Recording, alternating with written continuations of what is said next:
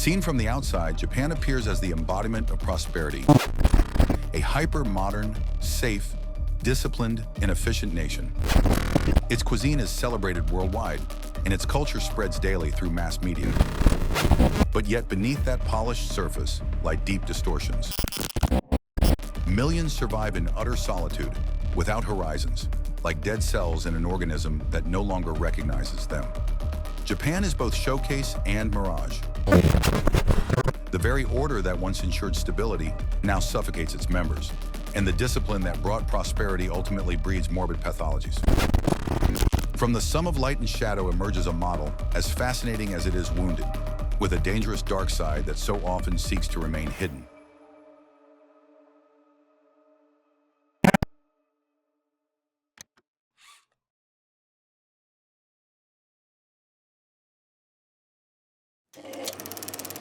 At the dawn of the 20th century, Japan, after the rapid modernization of the Meiji era, emerged as a military power determined to project its influence beyond its borders. Inspired by Western colonial models, it embraced an expansionist policy aimed at securing access to raw materials, markets, and strategic territories. This imperial project was consolidated in 1910 with the annexation of Korea, subjected to a harsh colonial regime. Under the occupation, the Korean language and culture were systematically repressed. Speaking Korean in schools or public institutions was forbidden, and millions were forced to adopt Japanese names. The population also endured massive land expropriations, forced labor in mines and factories, and an economic exploitation that unraveled social life for generations. The local population was reduced to virtual slavery and treated like dogs, regarded by the Japanese as an inferior race. Poverty spread across the country as people watched an occupier strip their land of resources for export. White rice, meat, and any other food of real quality were reserved exclusively for the Japanese, while Koreans were forced to survive on makeshift dishes and low-grade ingredients with almost no nutritional value. With the outbreak of the Second Sino-Japanese War in 1937, Japan's expansionist machinery intensified in China. After the fall of Shanghai, imperial forces advanced on Nanjing, then the nation's capital. What followed was one of the most atrocious episodes of the 20th century, the Nanjing Massacre. For 6 weeks, Japanese troops systematically executed between 200,000 and 300,000 people, including civilians and prisoners of war. Terror spread through mass rapes, women and girls, some as young as 8, assaulted in groups before their families, alongside mutilations, looting, and indiscriminate violence that devastated the city. Foreign doctors and missionaries attempted to document the events, but the photographs and testimonies could scarcely capture the magnitude of the horror.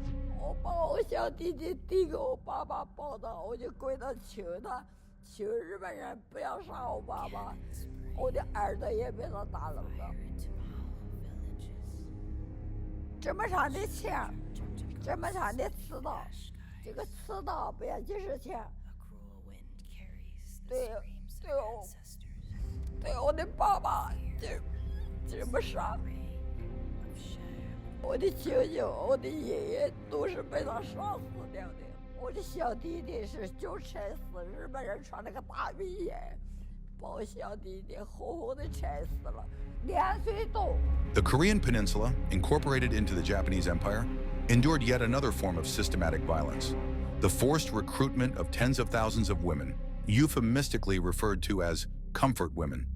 Drawn from Korea, China, the Philippines, and other occupied regions, they were transported to military brothels and subjected to sexual slavery, organized by the army itself.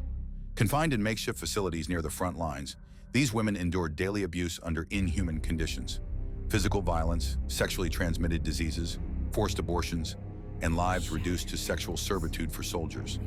Many perished from repeated rapes, untreated infections, or the brutality of their confinement. What the Japanese government's official discourse labeled comfort services was, in reality, a system of sexual slavery that, by some estimates, affected between 50,000 and 200,000 women. A crime silenced for decades, which still lingers today as an open wound in the memory of the nations that were invaded.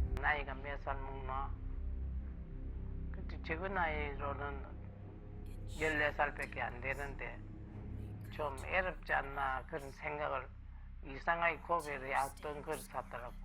그때 안을 들어가라고 했어. 안을 들어가 보니까 그래 방울이 턱 올라서서 이래 보면은 그 쪽방에 있는 거 다 보여요. 누워가지고 하는 것까지 다 보여요. 억지로 끌려가서 기사대기 몇 차례 맞고 그 말로 듣고 나이 아직 그 나이가 어리니까 피가 막 나잖아요. 담요에 피가 모두 묻고 이런 거.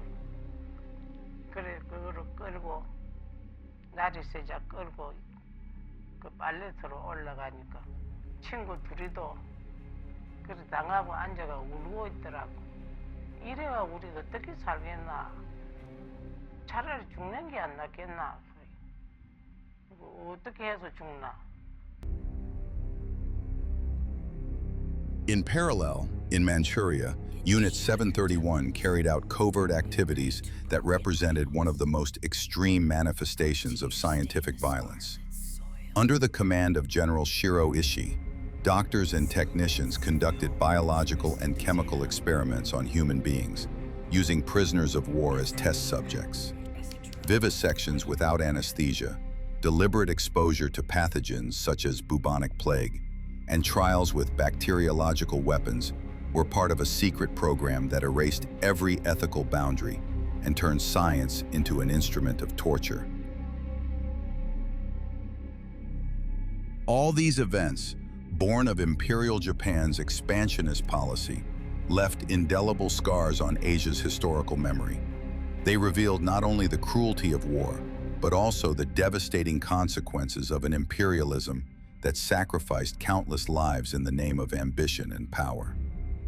What is most painful is that there were never true trials of reparation, nor formal apologies to the nations that were mutilated. Instead of confronting that dreadful legacy and offering moral restitution, much of those atrocities were buried deep within the national conscience, transformed into a calculated silence that Japan has never wished to break. It was a silence designed to let time erode memory, though the victims and their descendants still remember what Japan has never dared to acknowledge. After the occupation, many of those responsible escaped justice and resumed their careers in academia, politics, or medicine, as if nothing had happened. This fact remains, even today, a source of deep resentment among the nations that endured its domination.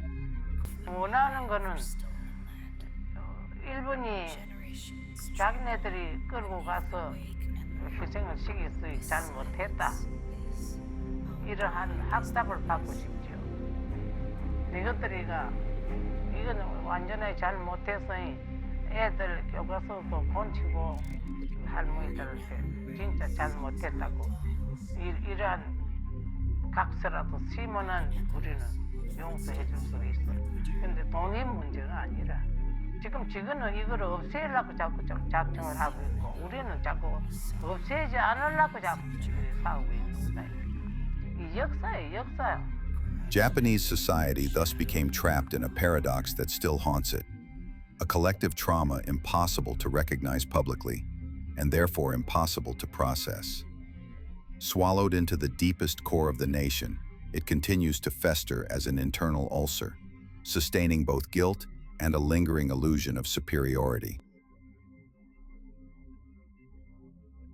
Even today, the Japanese government has refused to apologize and acknowledge its war crimes. Sometime later, in the context of the Second World War, when Japan allied itself with the fascist powers of Italy and Nazi Germany, the United States entered the conflict with the aim of halting the colonial expansion of Imperial Japan. It was then that the tide began to turn. For the first time, the Japanese would face a nation as powerful and ruthless as themselves, one capable of meeting them on equal terms. 3 years after Japan's surprise attack on the U.S. bases at Pearl Harbor, the American Army dropped atomic bombs on the civilian populations of Hiroshima and Nagasaki, causing devastation on a scale the world had never before witnessed. Terrible, and all within a matter of seconds.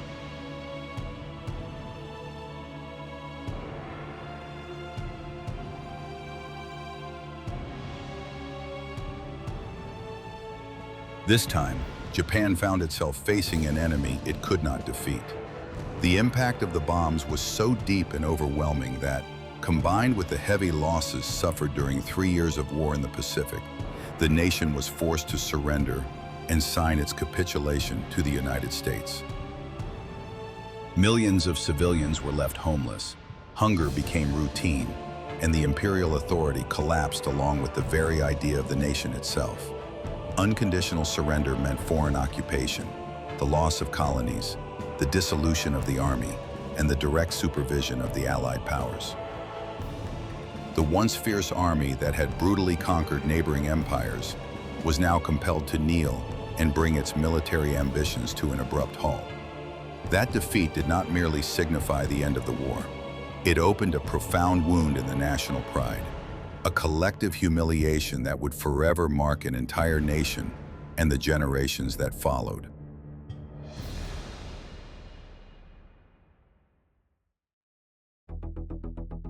From those ruins, in the years that followed, a feverish drive for reconstruction emerged. The entire society channeled its energy toward a single goal: rebirth. Every citizen became a cell within the same organism, synchronized in the collective task of surpassing the West and propelling Japan to the summit of the global economy. Factories, schools, families, institutions, all the components of the social body aligned as if they were one single muscle, moved by the urgent need to heal the shame endured and to restore pride wounded at the very core of the nation's heart.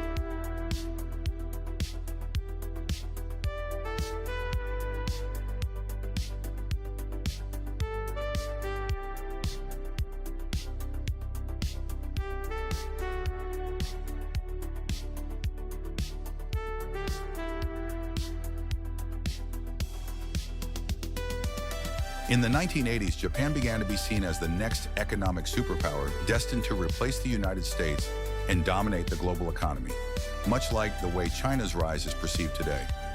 In the West, and particularly in the US, a palpable sense of anxiety emerged. The nation they had defeated only a few decades earlier now threatened to surpass them with relentless speed.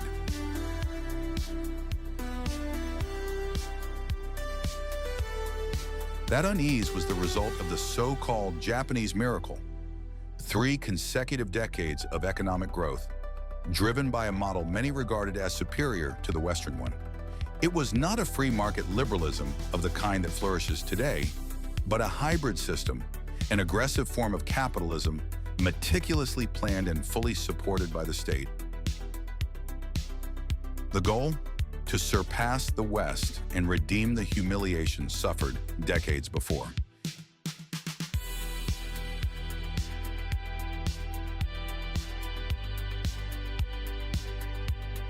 At the core of the synchronized machinery that was rapidly transforming the nation's economy were the keiretsu, vast corporate conglomerates bound together by intricate networks of cross-shareholdings. Though they appeared to be independent companies, in practice they operated as an interdependent ecosystem, where each component supported the others in a delicate state of economic homeostasis. The Japanese government reinforced that architecture with a massive interventionist model. Colossal loans channeled through the National Bank of Japan ensured an almost inexhaustible flow of capital for the global expansion of these corporations, while the domestic market remained shielded from foreign competition. Japan seemed unstoppable, an organism growing without limit, fueled by a financial metabolism that appeared never to tire. They were the years of prosperity, of euphoria and color. City pop set the rhythm of an urban life that seemed inexhaustible, echoing through brightly lit avenues and crowded night spots. It was a society convinced that the future would be radiant, buoyed by the promise of boundless prosperity.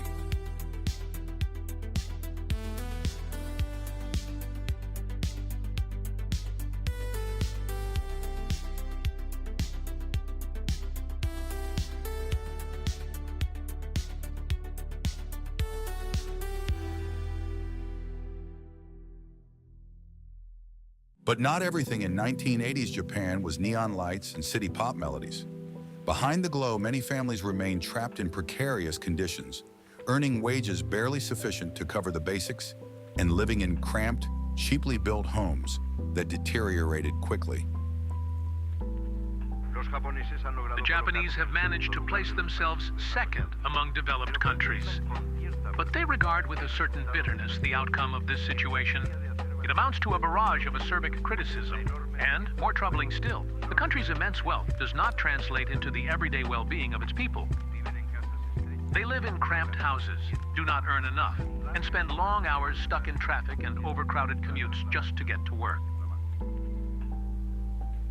It was the other side of the prism, invisible in the gleaming storefronts of consumerism and carefully hidden behind the facade of prosperity the country projected to the outside world. Nostalgia is a deceptive filter. Memory carefully chooses what it wishes to preserve, erasing scars and keeping only the luminous images. Today, the edited videos on YouTube, wrapped in melancholic lo-fi soundtracks, recreate an idealized past by showing fragments stripped of context, selecting only the good moments and forgetting the difficult ones. A Japan that seems eternal and perfect. But real life was never like that. It held light, yes, but also shadows and pain that the collective memory prefers to leave in the half-light.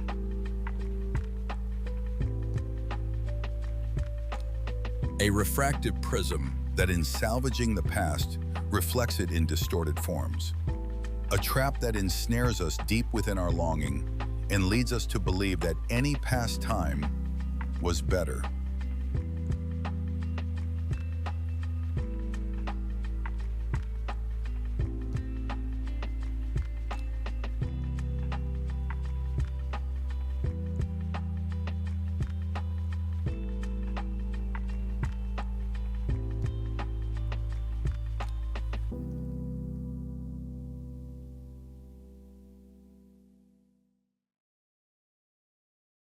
What was truly happening was that, beneath that surface of optimism and modernity, the economic machinery had begun to overheat, teetering on the brink of collapse. The model of perpetual growth, sustained by credit expansion, real estate speculation, and a work ethic grounded in self-sacrifice, was beginning to show structural fractures, sickening the very society that upheld it. While part of the population ascended swiftly up the ladder of consumption, another survived on the margins of the miracle, trapped in stagnant wages and precarious employment. Over them all loomed an intensive productive regime, which, though efficient in macroeconomic terms, slowly devoured those who fed it. It was an anthropophagus order, one that eroded bodies and consciences alike, a systemic metabolism consuming more than it could ever regenerate. Endless working hours, hierarchical pressure, and a corporate culture of obedience corroded human relations, leaving scarcely any room for social life and reducing the family sphere to a landscape of silences and absences. That is what is known as karōshi, literally, death from overwork, a term coined in Japan during the 1980s to describe a reality as disturbing as it was unprecedented. At the height of the economic boom, and under the weight of a rigid corporate culture, thousands of employees found themselves trapped in workdays that easily exceeded 12 or 14 hours, extended further by endless nighttime meetings and social rituals such as nomikai, which made any physical recovery impossible.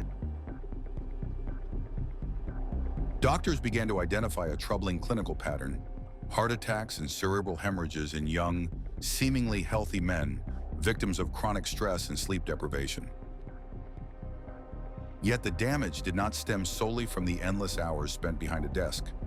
Forced sedentarism, poor diets built around solitary fast food meals, the excessive use of tobacco and alcohol as emotional escape valves, and the anxiety and depression born from relentless competition, all formed a web of risk factors that silently eroded both cardiovascular and psychological health. The phenomenon revealed the extent to which the workplace had come to absorb the individual's entire existence, erasing the boundary between productive time and personal time, and normalizing self-sacrifice as a moral prerequisite for belonging to the group. It was in 1987 when Japan's Ministry of Labor officially recognized the first cases of karōshi, recording in public archives that the country's economic miracle was also built upon exhausted bodies and truncated lives. Since then, the word has remained etched in the collective imagination as a disquieting symbol. Beneath the glow of neon lights and the abundance of the economic boom lay a devastating human cost.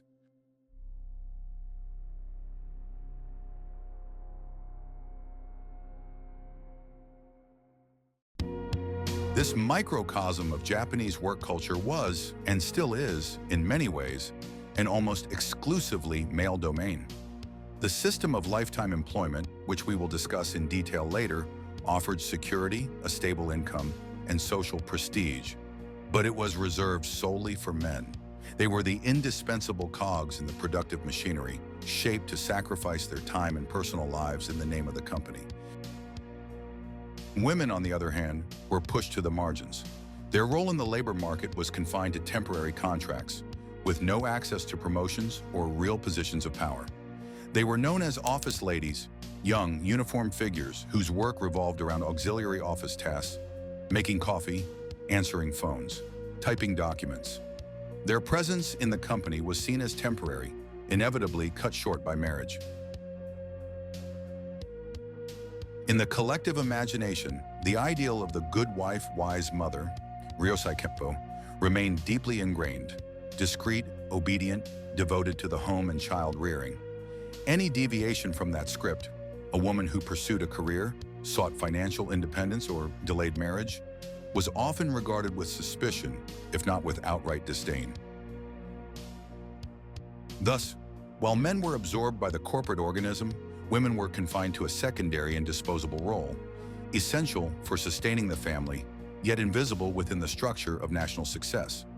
The apparent modernity of the economic miracle was, in part, built upon a rigid and suffocating gender divide that reduced half the population to auxiliary functions, within a body whose vital organs were reserved exclusively for men.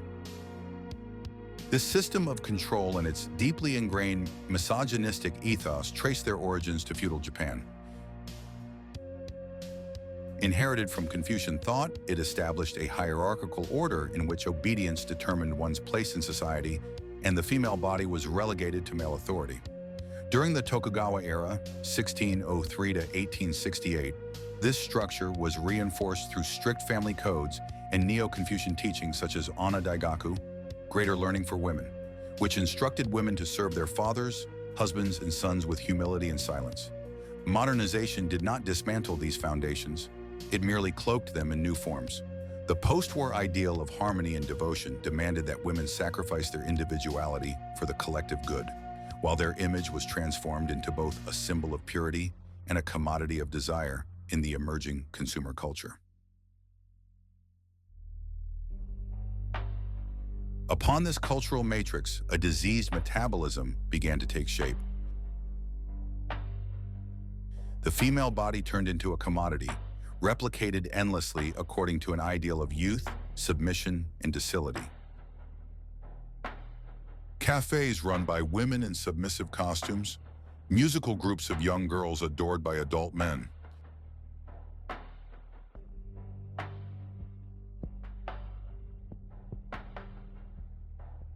From that reproduction emerged pathological mutations, physical and virtual shops selling the used underwear of schoolgirls, or subgenres like hentai, where no-poor comics, already questionable in themselves, slip toward the depiction of underage individuals. It is fetishization turned epidemic, normalized within the collective imagination and indulgently tolerated by the very system that sustains it. Japan is a very sexual society. You can go buy a sports newspaper at any kiosk and it'll list, where the place is to get a blowjob or who's doing the best sexual massage. Any sexual service that you possibly want, you can buy in Japan.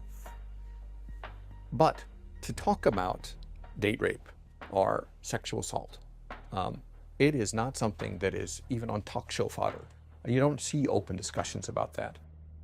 The JK business, an acronym for Joshi Kosei, meaning high school girl, represents one of the most disturbing forms of commodification of female youth in contemporary Japan.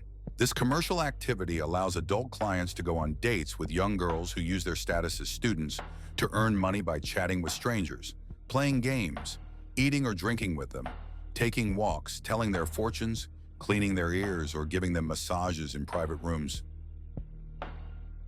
However, this pseudo-labor structure conceals within it covert forms of sexual exploitation that operate in the legal gray zone. These girls, often minors, are recruited by agencies through flyers or street scouts under the pretext of part-time work, marketed as opportunities for economic independence, when in reality they reproduce deep-seated structures of subordination.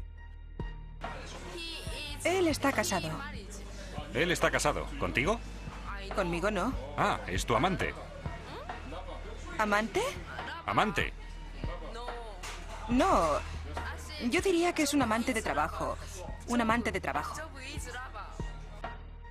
Reports indicate that the boundaries between chatting and sexual services quickly blur when clients demand additional favors, and the girls with little legal or social protection comply because the pressure, economic, social, emotional, is overwhelming. These practices can be understood as a late capitalist manifestation of amai, a Japanese term that describes the desire to be cared for or to depend on another person voluntarily, much like a child depends on their parents. But this time, it is institutionalized and converted into a form of consumption. The client purchases the illusion of tenderness and innocence, while the girl in return rents out her presence as symbolic capital. This phenomenon illustrates the intersection of the economy of desire, youth precarity, and the erosion of moral boundaries in a society that has turned affectivity into a commodity to be traded. The result is a deteriorated ecology of relations between men and women. Unequal, fragmented bonds where desire collapses into consumption and the other's body becomes disposable. The abnormal consumption of distorted sexuality and the high suicide rates, peaking among young men and elderly who die alone, stand as empirical indicators of this social pathology, clinical symptoms of a sick organism whose ailments surface in the culture itself, giving rise to deviations that endure to this day. In 1980s Japan, at the height of the economic boom, official figures portrayed a safe society with remarkably low rates of sexual crime. Yet behind the statistics lay a silenced reality. Victims of assault rarely came forward. Shame, fear of being blamed, and distrust toward a system that minimized their suffering condemned them to silence. よくあるのはもう忘れなさいっていうふうに被害者に言ったりなかったことにしてしまう。被害者もあなたが悪いって必ず言われます。Meanwhile, popular culture shamelessly exploited the youthful, sexualized image of women, and workplace environments normalized behaviors that today would be recognized as harassment.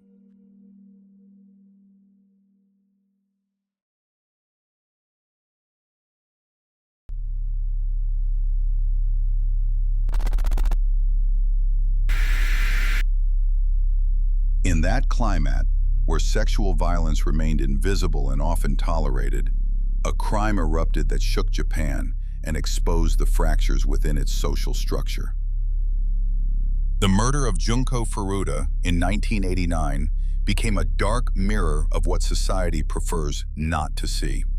The extent of cruelty that can unfold when the environment protects the perpetrator more than the victim. Junko, a 17-year-old high school student, was kidnapped on her way home from her part-time job. A group of teenagers, linked to juvenile crime networks and with ties to the Yakuza, held her captive for 44 days in a private home in the city of Masato. During her captivity, the girl was subjected to a repertoire of torments that exceed all capacity for description. Bound and isolated, she suffered daily beatings, multiple gang rapes, constant humiliation, and was even forced to eat insects, corrosive liquids, and decomposing human remains. Her fingernails were pulled out, her skin was burned with cigarettes and lighters, and her body was even doused with flammable liquid and partially burned.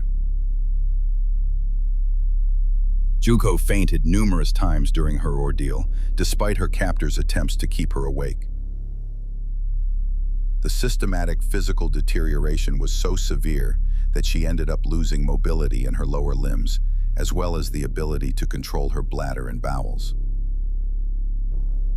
The testimonies gathered during the trial describe events so extreme that many could never be reproduced in the media. After weeks of agony, Junko collapsed and died from a combination of injuries, internal bleeding, and infections. Her attackers placed her body in a drum filled with cement and abandoned it on a vacant lot, trying to avoid detection. When the case came to light, the country was shocked. However, the institutional response added another layer of outrage. Those responsible, being minors at the time of the events, received surprisingly light sentences, between 5 and 20 years in prison, with subsequent reductions. In just a decade, several were already free, reoffending with new crimes, including violent ones. The legal system, designed for the rehabilitation of minors, proved incapable of prosecuting a crime of such magnitude, revealing a serious dysfunction in its architecture. The tragedy of Junko Furuta was not an isolated incident. Many other serious crimes were committed during that decade. It was the symptom of a system that too often scrutinizes the victims more harshly than the male perpetrators, that minimizes even the most atrocious acts, and that prefers to silence anything threatening the facade of social harmony.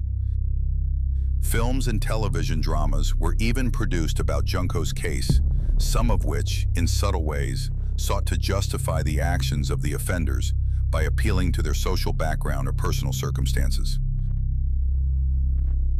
The case left an indelible scar on Japan's collective memory, a reminder that beneath the surface of prosperity lie pathological deviations generated by the social organism itself, which, failing to purge its internal toxicities, ultimately turns against the most vulnerable.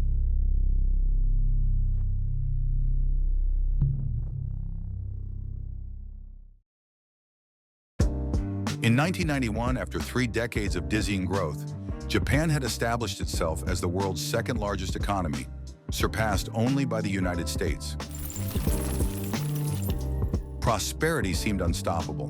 The stock market was breaking records, real estate prices were soaring, and large corporations appeared invincible.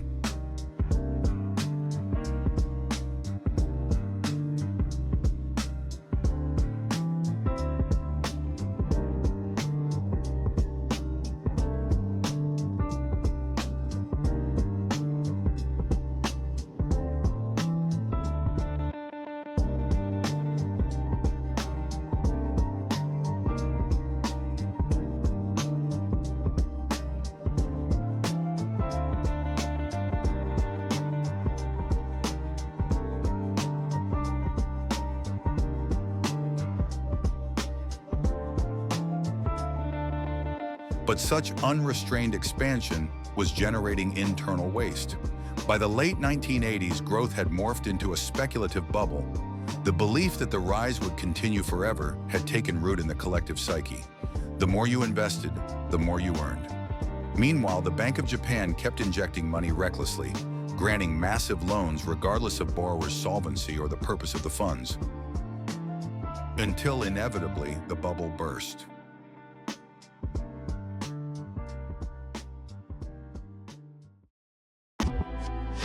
In 1990, the stock market index plummeted by 43% and real estate prices collapsed in a cascade. People watched their savings evaporate, foreign investment vanished, and the so-called economic miracle crumbled overnight. What followed was even more corrosive. Networks of corruption came to light, spanning both corporations and government, from insider trading to financial fraud and institutionalized bribery.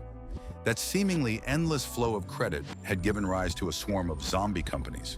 Unproductive businesses that should have gone bankrupt years earlier, artificially kept alive by the state's easy money.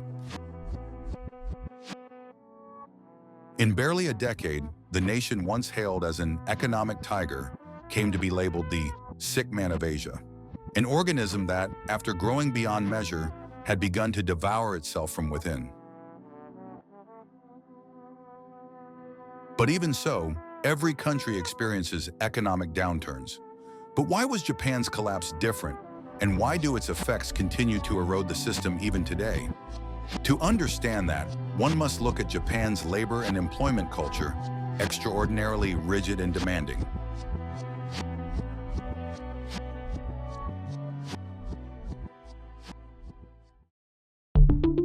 A corporate career in Japan traditionally began with shushoku katsudo, the ritualized job-hunting season that awaited students upon finishing university.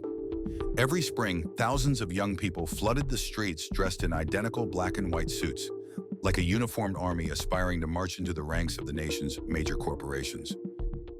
Many companies, including the powerful keiretsu conglomerates, hired only fresh graduates and did so just once a year in massive recruitment waves.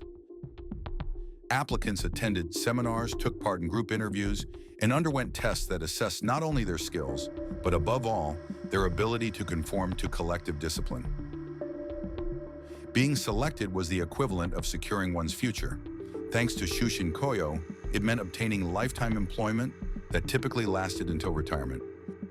Promotion was internal, following the principle of Shanai Shoshin, which shaped employees to climb the corporate hierarchy and eventually become the company's future executives. The system provided stability and a sense of security, yet it was also inflexible and exclusionary. The gateway opened only once. Missing that moment meant being left behind for good. The labor market turned into a sealed ecosystem, resistant to outsiders, where opportunities never came twice. When the economic bubble burst in the early 1990s, that finely tuned mechanism came to a halt. Companies froze hiring for nearly an entire decade, leaving an entire generation of graduates without a way to enter the system. They were young people born at the wrong time, thousands who never managed to secure stable employment and were pushed instead into temporary, insecure, and poorly paid jobs. Thus began the so-called employment ice age, and with it, the lost generation. Millions of men and women who, deprived of stability, were never able to build a solid professional career. Their lives became trapped in a cycle of economic insecurity, social frustration, and prolonged dependence on their families. Japan's economy never regained the vigor of its miracle years. In the decades that followed, new waves of young people, through the 2000s and 2010s, swelled the ranks of precarious workers. 3 full decades of stagnation came to be known as the lost decades, a time when a nation that had once touched the summit of global prosperity became a prisoner of its own rigidity, unable to offer its youth anything beyond a frozen future. Out of this prolonged crisis emerged a far-reaching social pathology, the Hikikomori. These are mostly young men who choose to sever all ties with the outside world and confine themselves to their rooms for years, sometimes even decades. They remain in their parents' homes, financially dependent, without jobs, social bonds, or a sense of direction. Their lives unfold in seclusion, sustained by an obsessive consumption of video games, manga, the internet, and pornography. Some barely cross the threshold of their rooms, receiving meals through the door as if living under a state of perpetual quarantine. The first waves of hikikomori largely came from the lost generation of the 1990s. Young people cast out of the productive machinery when the economic bubble burst. These are individuals who have developed pathological tendencies born from the symptoms of collective distress, deviations produced by a social structure that sets unattainable goals while blocking the legitimate means to achieve them. What appeared to be a voluntary withdrawal was, in truth, the outcome of unbearable pressure, the rigid expectations of lifetime employment, corporate advancement, marriage, and family. Recent studies estimate that there are over 1.15 million hikikomori in Japan, with a similar number at risk of becoming so. A figure that reveals this is no longer a marginal phenomenon, but rather a structural pathology embedded within society itself. The system expels the cells that fail to perform their normative function and seals them off in isolation, as if they were rejected tissue. It is a perverse mechanism of homeostasis. The overall order is preserved, but only at the cost of sacrificing those who cannot be assimilated.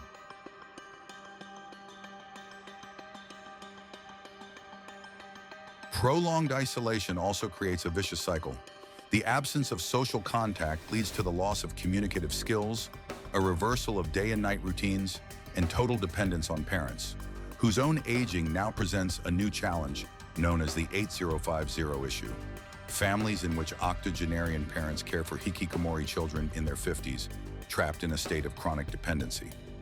This phenomenon reveals how the pathology spreads from the individual to the entire family, undermining the regeneration of the social fabric as a whole. Far from being mere private choices, hikikomori represent the extreme expression of systemic anomie, a social organism that demands cohesion and sacrifice while simultaneously denying real paths to integration. The Japanese state has experimented with reintegration policies, seeking to bring both the lost generation and the hikikomori back into society. Yet the results have been limited. The economy remains fragile, and the work culture has hardly softened its principles. Endless workdays, rigid hierarchies, lifetime employment, and internal promotions that perpetuate the system's inflexibility. Under such conditions, offering a genuine second chance to those left behind in their first attempt becomes nearly impossible. Those young people who did manage to become functional members of society found themselves trapped nonetheless in a kind of labor limbo, far removed from the economic stability of previous decades. They came to be known as freeders, temporary low-paid workers without security.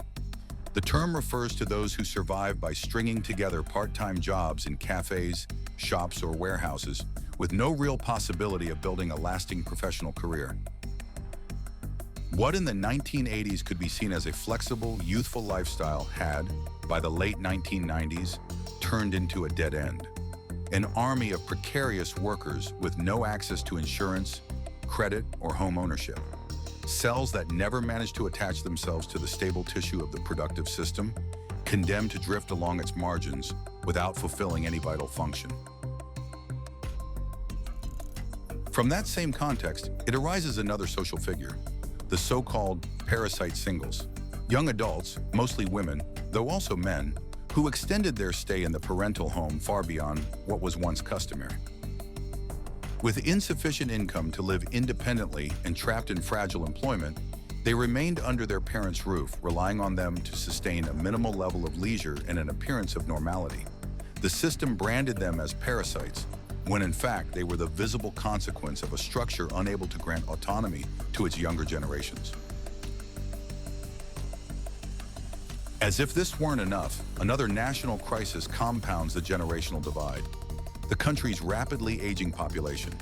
It is a dynamic that not only marked, in tragic terms, those trapped within the lost generation, but now threatens the vitality of Japanese society as a whole and its prospects for the future. Today, around 15% of Japan's population, roughly 17 million people, belongs to that lost generation that never fully entered the labor market. Their absence is particularly serious as they fall within the 30 to 40-year-old bracket, the most productive segment of any economy, those who typically start families, buy homes, take out loans, purchase durable goods, and sustain the fiscal flow through their taxes. In Japan, that foundation has crumbled, leaving a void in the nation's economic metabolism. Japan's traditionally healthy diet and the high standard of living enjoyed by many adults during the years of Reconstruction and the economic miracle have led to a sharp rise in life expectancy among today's elderly. Nearly 30% of the Japanese population is now over 65, the highest proportion in the world. And projections suggest that by 2050, there will be almost one senior for every active worker. In fiscal and social terms, it is an unsustainable model. Fewer contributors supporting more pensioners, fewer caregivers attending to more dependents, and fewer young people capable of regenerating an economy whose fabric is steadily deteriorating. The problem is further compounded by the fact that the lost generation, the children of these long-lived elders, is defined by precarious employment and chronic instability, conditions that prevent them from forming families and having children. The fertility rate has remained around 1.3 children per woman, far below the replacement level. This means that the Japanese organism, already weakened by decades of stagnation, has lost its ability to regenerate young, vital cells, thus feeding a regressive demographic cycle. What emerges is an inverted social structure, a population pyramid turned upside down, balanced precariously on an ever-narrowing base. In the cities, elderly parents continue to support their children who have no stable future. In rural areas, the situation has given rise to what are known as murashometsu, ghost villages, places with more temples than children and more funerals than births. Japan's biotic composition, which during the years of the economic miracle once seemed unstoppable, now shows clear signs of sclerosis and systemic aging. Millions remain trapped within rigid structures, and each year more young people join the ranks of those who falter under this relentless system and ultimately give up. Several decades after that mirage of prosperity, the structure now reveals ever-deepening cracks.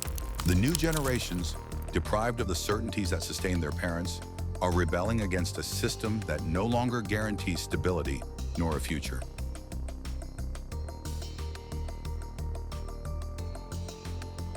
Historically marginalized groups are now striving to make themselves heard. The gay community demands visibility and rights in a society that, despite its technological modernity, continues to label them as abnormal and consign them to moral exile. Feminist movements, once silenced, have gained momentum, exposing inequalities long thought to be overcome. And the Zainichi, descendants of Korean immigrants, continue to insist on being recognized as a legitimate part of the social fabric rather than as foreign bodies embedded within it. So now, in this ailing ecosystem where traditional order is fracturing and collective cohesion eroding, toxic forces emerge, seeking to restore what they perceive as lost balance through exclusion. The Japanese far right flourishes like an opportunistic tumor, nourished by fear and nostalgia, spreading a discourse that promises unity at the cost of sacrificing diversity. The extreme violence once unleashed during the years of conquest never vanished. It merely mutated into silent pathologies. Selective memory and official denial have nourished this sickness. Neo-nationalist rhetoric downplays past atrocities, glorifies patriotic sacrifice, and shifts blame onto the supposed duty to defend the nation. Thus, entire generations have grown up in a country where horror is not recounted as responsibility, but mythologized as resistance. The result, a culture that refuses to face its wounds and instead reproduces, in new forms, the very same violence. Like an overactive immune system attacking its own organs, Japan's social ecosystem reveals how the failure to integrate its differences gives rise to self-destructive reactions. The tensions of the present remind us that any organism unable to metabolize its own plurality eventually produces its own toxins, turning against itself in a desperate attempt to preserve a stability that no longer exists.